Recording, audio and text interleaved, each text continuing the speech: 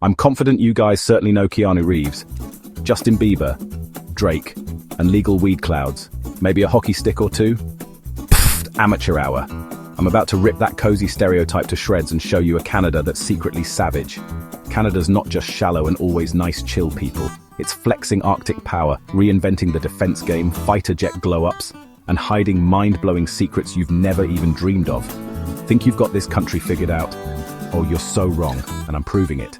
Hit that like button if you're ready to get schooled on the Great White North, and let's roll. Okay, first up, let's talk about how Canada's beefing up its defense game. 4 years, they've been pretty chill, relying on the US for military equipment. But recently, something's shifted. Canada's taking charge, diversifying its arsenal, and looking across the pond to Europe for some serious firepower. Picture this.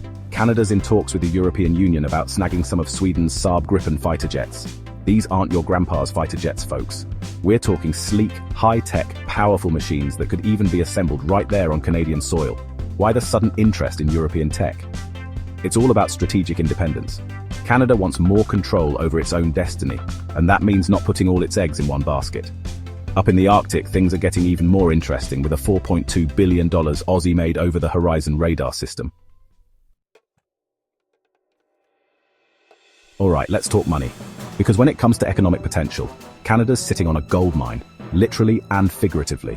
We're talking vast natural resources, from lumber and minerals to oil and fresh water, and their location, strategically perfect for global trade. But here's where it gets interesting. Canada's not just relying on its natural gifts. They're laser-focused on smart, strategic growth, boosting internal trade, cutting down on bureaucratic red tape, and investing in infrastructure. Imagine a Canada where every province is a powerhouse, firing on all cylinders, and interconnected like never before.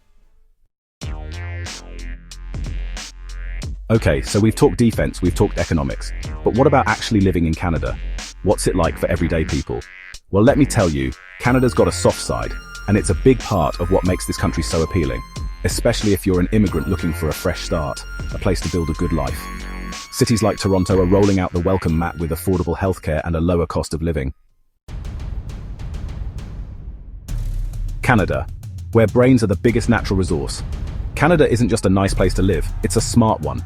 We're talking about a country where over half the population has a college degree. That's right, over half. That makes Canada one of the most educated nations on the planet. But it's not just about collecting diplomas. These folks are out there changing the world with their big old brains. Need proof? Let's talk about insulin and the polio vaccine, both with Canadian roots. And that alkaline battery keeping your TV remote alive? You guessed it, another Canadian innovation. Canada, where nature goes to show off. Okay, let's take a break from all this talk about defense and economics and brains for a minute and just soak in some of Canada's natural beauty. I'm talking about a coastline that stretches over 202,000 kilometers. That's longer than anywhere else on Earth. And the lakes, oh man, the lakes. Canada has more lakes than the rest of the world combined. Seriously, they cover a whopping 9% of the entire country. But here's the thing. All this natural splendor isn't just pretty to look at. It's strategically important too, factoring into Canada's position on the world stage. Canada, a cultural tapestry woven over centuries. Now let's talk about what makes Canada culturally unique. Because this isn't just a country of stunning landscapes and brilliant minds. It's a place where cultures collide and coexist in a way you won't find anywhere else. We all know about the whole English and French thing. Those are the big two, the official languages. But dig a little deeper, and you'll discover a country where over 70 indigenous languages are still spoken. And oh yeah, fun fact, they've still got a king. King Charles III, to be exact. The Arctic, the future of Canada's ambitions. Alright, remember how we talked about Canada beefing up its military presence in the Arctic? And those billions they're pouring into that high-tech radar system? Well, here's where things get really interesting, because Canada isn't just investing in military hardware up north. They're building infrastructure, strengthening their claims to sovereignty, and making it clear that they're a major player in the Arctic Circle. The Arctic is a region that's rapidly changing, both literally and figuratively. The melting ice caps are opening up new shipping routes, new possibilities for trade and resource extraction. And with those possibilities come tensions, competition, and even conflict.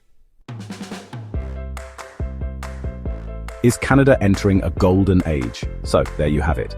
Canada's stepping up its defense game, flexing its economic muscle, and offering a life that's tough to beat. all while sitting on nature's greatest hits. We've talked about their strategic moves in the Arctic, their booming economy, and their welcoming attitude towards immigrants. Is this the start of a Canadian golden age? A period of unprecedented growth, influence, and prosperity? Or are there challenges and obstacles that could derail Canada's rise? I want to hear your thoughts. Drop your comments below, let's get a conversation going. Don't forget to smash that subscribe button if you haven't already, and hit the bell so you don't miss out on our next global deep dive. See you in the next one.